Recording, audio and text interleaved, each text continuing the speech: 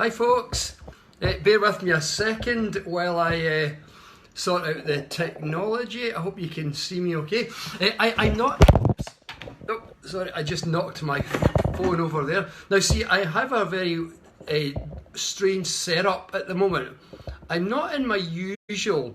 Those of you who usually tune into my Facebook Lives, you'll see I'm not in my usual location. I'm usually at home, actually, in Dunblane, the town where I live. But I'm currently sitting in a hotel room in London, and that's because I'm here for a couple of days because I'm I'm recording an audiobook the next couple of days. My book, How Your Mind Can Heal Your Body, is 10 years old in October.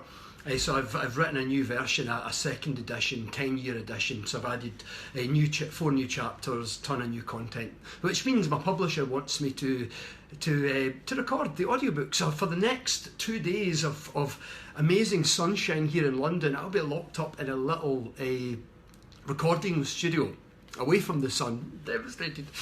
So anyway, so here I am in my hotel room, just doing this wee live. So. In case we have any technology problems, my iPhone, because I don't have my usual tripod with me, my iPhone is kind of balanced on the edge of I can't even turn it around and show you in case it doesn't, I can't balance it again, but my iPhone is balanced on the edge of a circular fan. So if the fan by chance pops on, then something weird will happen. So anyway, here we go. The Facebook. What I want to talk about this week, this month, as you know, I'm the Psychologies magazine Kindness is Art. So I talk about all things kindness. And this time, what I really want to focus on is the effect of not having kindness. And hi to the couple of people, Amanda and Heidi, who've just, you're the first two to sign on to this live, so hi there. I want to cover actually what happens when people, particularly children and teenagers, young people, when they don't get enough kindness. And you know, you probably saw in the news, was it last year or the back end of last year or earlier this year, that couple in America who had chained their 13 kids up to the beds. Isn't that absolutely shocking? And you probably saw it all in the news, and one of them had escaped and phoned 911, and that brought worldwide media attention to it. But I don't know if you noticed, I noticed this because I have an interest in it, research interest in it, but a lot of the kids, when you saw them, were much smaller than they should be. I mean, much smaller. And it's actually it's the effect of chronic neglect, actually consistent neglect, and it's called psychosocial dwarfism, or non-organic failure to thrive. And what that really means is a failure to grow, to thrive, isn't something inherent to the body, like it isn't a genetic thing. It's non-organic, it's environmental, it's something to do with what's happening to the child that causes a reduction in growth. And a lot of this, a lot of psychologists and a lot of sociologists and experts in child development would have spotted that right away in the image. I spotted it simply because I've written a few book chapters on that in my book, in some of my previous books. And a lot of the research I've cited comes from a program called the Bucharest Early Intervention Project. You can Google that. There's a whole website on it, bucharestearlyinterventionproject.org, I believe is the web address. And basically this was a collaboration between Tulane University, the University of Maryland and Boston Children's Hospital, where they examined the impact on growth and development on children who had grown up in institutions. And the ones they focused on was in Romania, in Bucharest. And what they found is if a child is deprived consistently, you often call it institutionalized neglect, and if the child is deprived of responsiveness, adult responsiveness, kindness, compassion, play, a positive emotional environment and stimulation, then it has a massive impact on growth and development. And first of all, in the brain, it causes, we're biologically wired to need responsiveness, to need interaction with adults. We're biologically wired to need love and compassion and kindness and play. We need all this stuff. So when it's deprived, you see these astonishing effects. And basically what they found in the BEIP, the Bucharest Early Intervention Project, a number of things. But firstly, they found that neurological growth had massively been impacted in a very negative way. And one of the things that happened is the architecture of the brain actually doesn't grow properly. And that leads, and that's because of the stress that the child can feel, and also the lack of responsiveness from a parent, the lack of positive emotional environment, and it can cause key connections in the brain to literally not form, and you get this,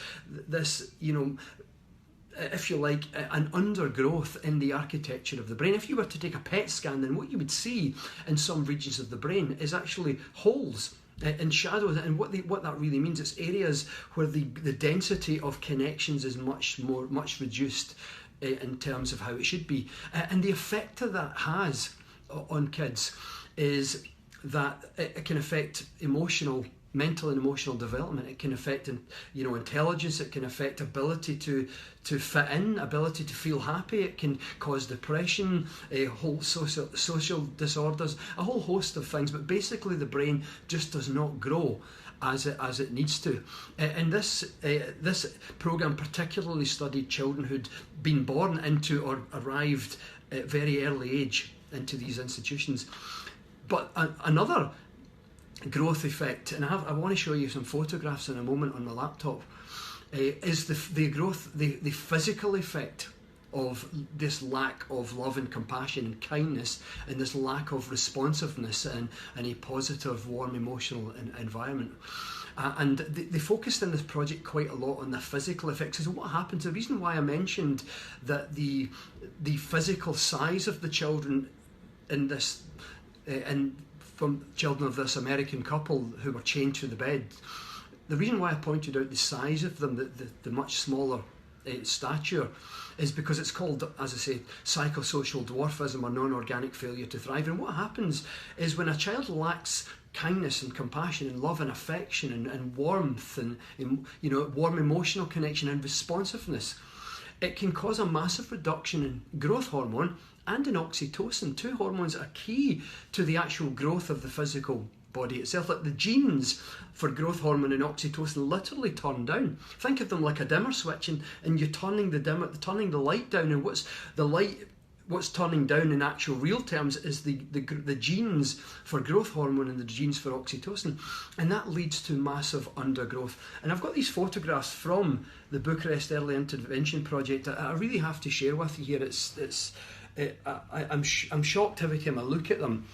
But if you can see on my screen here, so here is an 11-year-old girl, and that 11-year-old girl looks like maybe a 4 or 5-year-old child maybe. There's a 14-year-old girl and there's a 17-year-old girl who've spent their entire lives in an institution. Isn't that absolutely heartbreaking? I mean, I find that difficult to watch. That's absolutely heartbreaking. That is the effect of a lack of love and compassion and kindness, and a lack of responsiveness. And in these institutions, children often, it's like warehouse conditions actually. There's just tons and tons and tons of cots, and there's not enough, there's too many children for the amount of staff and the amount of money or funding they have.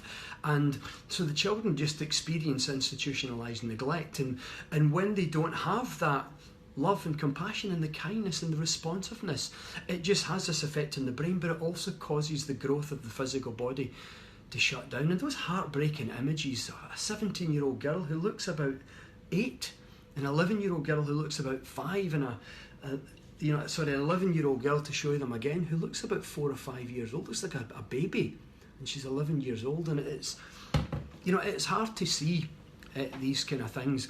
But I really just wanted to point out that this is happening. There's 8 million children currently growing up in the world at this moment, growing up in institutions. 75% of all cases of child neglect in the United States, cases of child abuse in the United States is neglect.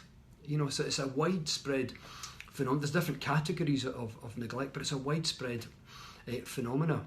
And what it needs is love and compassion and kindness. There is a positive side. One of the best pieces of research that I think, the most positive pieces that came out of the Bucharest Early Intervention Project, is a paper that called Evidence for Massive Catch-Up Following International Adoption. And what the scientists did is they showed that if a child is fostered or adopted internationally, in other words, given a warm, loving home with responsive parents, before the age of 2, then all the growth accelerates. So the growth of the brain accelerates, the connections start to form, the brain grows more healthy, the physical body actually catches up, and evidence for massive catch-up following international adoption, and the growth of the body literally catches up. It's like the growth hormone genes and the oxytocin genes, the dimmer switch turns up to compensate for the period of neglect, the period of deprivation of this warm love and compassion and kindness and affection and responsiveness. The body catches up. If the child was left in too long, beyond the age of 2 and 3, it just took a much more skilled foster or adoptive parent to help them. But hope wasn't lost. But the point being that if a child is moved into a better environment, it does have this amazingly positive effect much of the time. And there's a lot of other research around about this kind of thing. There was research I wrote about in my last book, The 5 Side Effects of Kindness, about an AIM project called Adults in Making. And scientists in America, they took over 200 teenagers, African-American teenagers, and they put them through this Adults in Making program. And basically the crux of the program was about reducing stress and replacing that stress with love and warmth and connection and stress management techniques, if you like. And basically these 17-year-olds were taught how to seek out help from their community. They were taught to manage their state.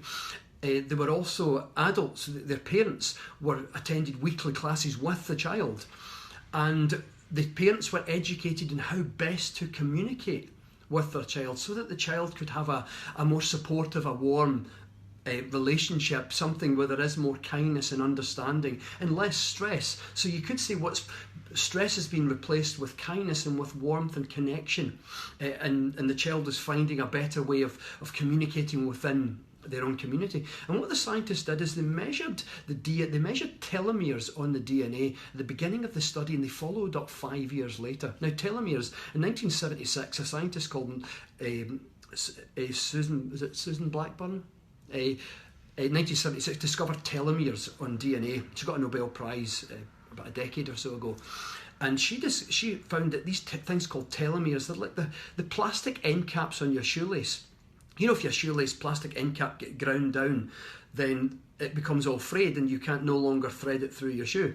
So on the DNA you have things called telomeres, and if they get ground down, perhaps through too much stress, then ultimately the DNA unravels and the cell dies. They're one of the most accurate indicators of a person's biological age, the actual age of a person's body.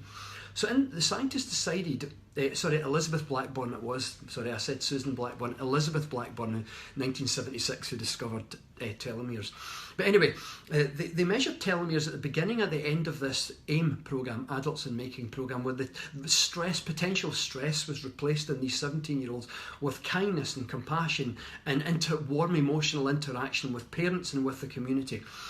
Anyway, they followed up 5 years later, and compared with children who hadn't gone through the Adults in Making program, the children who hadn't gone through it, their telomeres had ground down as they would do in children experiencing high stress in that kind of environment. But the children who went through the Adults in Making program, they hadn't lost any telomere length at all. Not at all. In other words, having more emotional connection, responsiveness, kindness, love, warmth, connection with parents, with individuals, with the community, in replace of stress, was having a massively positive effect right down to the genetic level. Isn't that absolutely amazing? The positive impact of introducing responsiveness, of introducing emotional connection and kindness and compassion.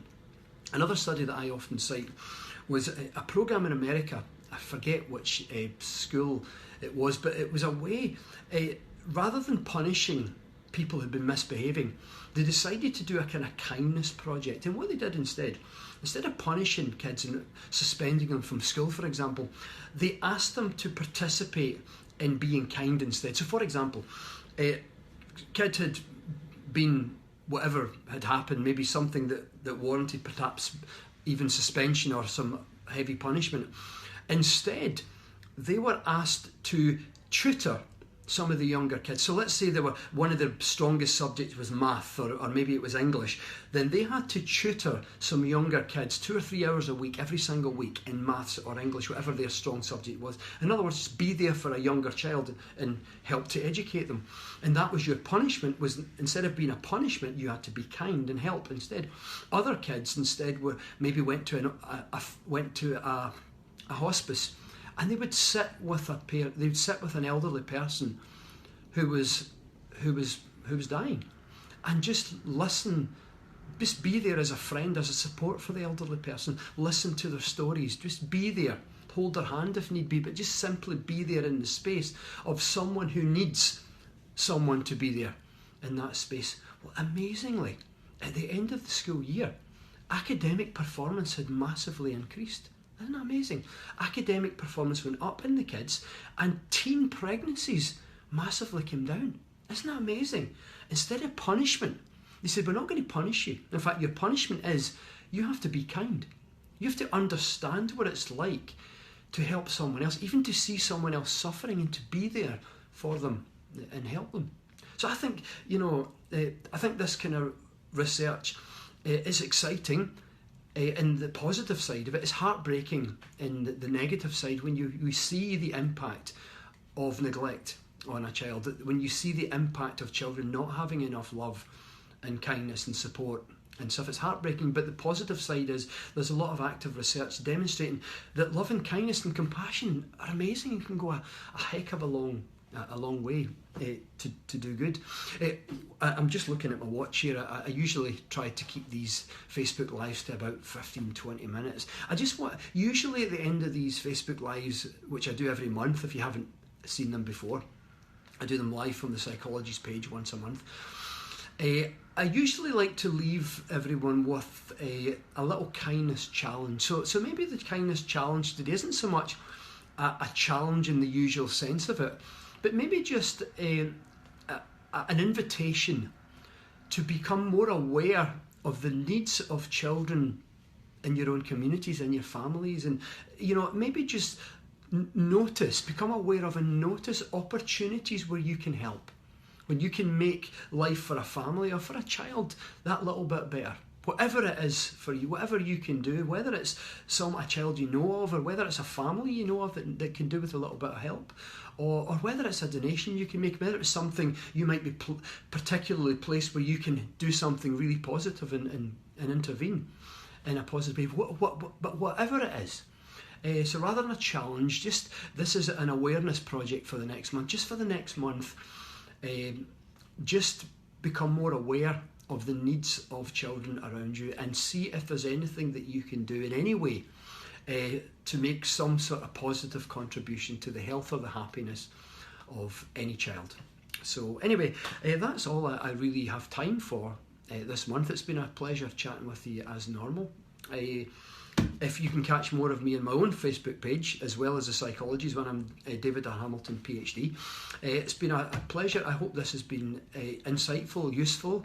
At the very least, I hope it's inspired some of us to understand the importance of love and kindness and compassion and responsiveness and affection, and also the impact of not having that, and help us to understand that if some people are deprived of that, can we do something to make a difference by even just letting someone know that they're not alone in this world. So lots of love to you, and see you on the next Facebook Live.